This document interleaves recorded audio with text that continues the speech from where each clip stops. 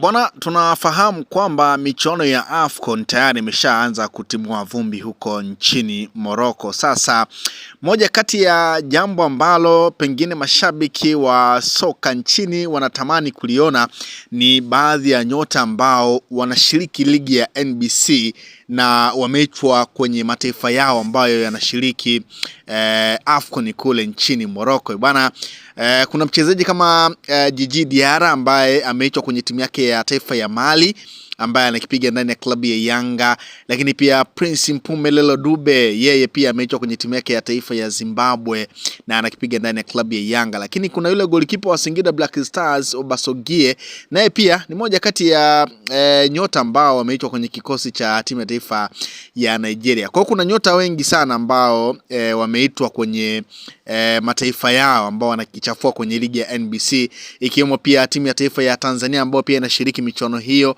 nayo pia nyota kibao wameelekea huko. Sasa bwana, tumeanza kuona nyota hao wakishiriki michuano hiyo, na nyota ambaye ameshiriki ni Djigui Diarra, goalkeeper nambari 1 wa klabu ya Yanga.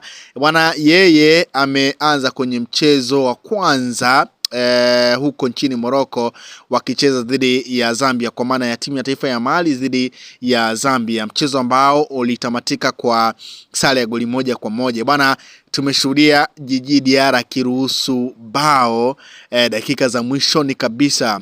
Patson Daka, mshambuliaji ambaye amepita pale England bana, dakika za mwishoni ameingia kambani na kuisawazishia timu ya taifa ya Zambia. Kwa maana hiyo bwana, Djigui Diarra amekosa clean sheet kwenye mchezo huo, na hilo ndio goli ambalo amefungwa Djigui Diarra. Lakini moja kati ya makipa ambao wamefanya kazi kubwa sana, wamefanya saves za maana sana kwenye mchezo huo, lakini bahati ilikuwa kwao, licha kuwa wa kwanza kupata goli, lakini wamekubali pia kuruhusu goli dakika za mwishoni na mtanange kutamatika kwa sare ya goli 1-1. Kwa hiyo hao ni baadhi ya nyota ambao wameanza kuonekana ambao wanakipiga kwenye ligi ya NBC.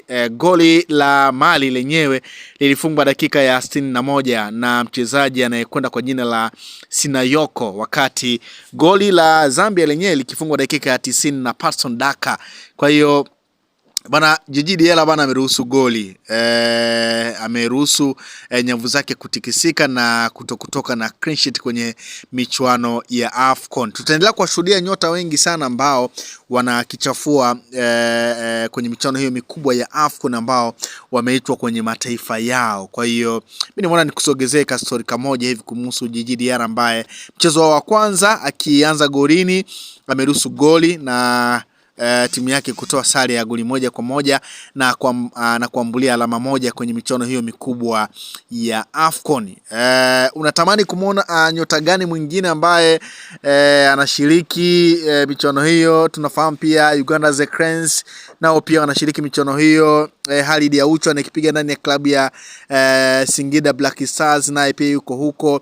Lakini pia mtu kama Steven Mkwala anayekipiga ndani ya klabu ya Simba, naye pia yuko kwenye timu ya taifa ya Uganda. Kwa hiyo kuna nyota wengi sana ambao wanacheza kwenye ligi ya Tanzania na wanakwenda kuonekana kwenye michuano ya AFCON. Kwa hiyo moja kati ya mechi Mali dhidi ya Zambia bwana, Djigui Diarra ameweza kuanza kwenye mchezo huo na tukiona akiruhusu goli kwenye mchezo huo ambao umetamatika kwa sare ya goli 1-1.